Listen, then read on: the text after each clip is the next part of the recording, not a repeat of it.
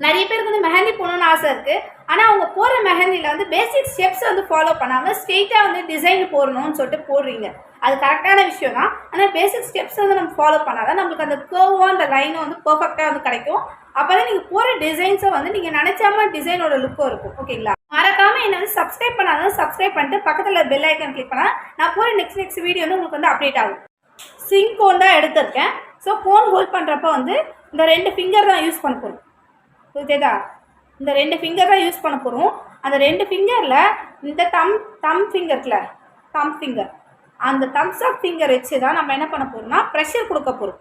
அதாவது டிசைன்ஸ் வந்து நல்லா தின்னாவோ இல்லை திக்காவோ வரதுக்கு இந்த தம்ஸ் அப் ஃபிங்கர் வச்சு தான் வந்து ப்ரெஷர் கொடுக்க போகிறோம். ஓகேங்களா? அது ப்ரெஷர் கொடுக்குறப்ப உங்களுக்கு இந்த பேலன்ஸ் ஸ்பாட் இருக்குல்ல, இந்த பேலன்ஸ் ஸ்பாட் வந்து உங்களுக்கு வந்து டைட் ஆகும். இந்த பேலன்ஸ் ஸ்பாட் டைட் ஆகும் உங்களுக்கு இது வெயிட்டாக இருக்கும்.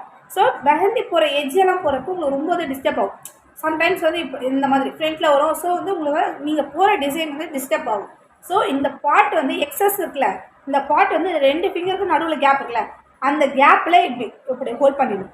இப்படி ஹோல்ட் பண்ணால் மட்டும்தான் உங்களால் வந்து பேலன்ஸ் இது வந்து இதில் பேலன்ஸ் பண்ணிவிட்டு பேலன்ஸ் இருக்கிறத வந்து எடுக்கணும். பேலன்ஸ் இருக்கிறத வந்து கோன் வந்து போடணும். ஓகேங்களா? அப்புறம் நீங்கள் வந்து இது போடும் போது இதோட இதை வந்து காலி ஆயிடுச்சு.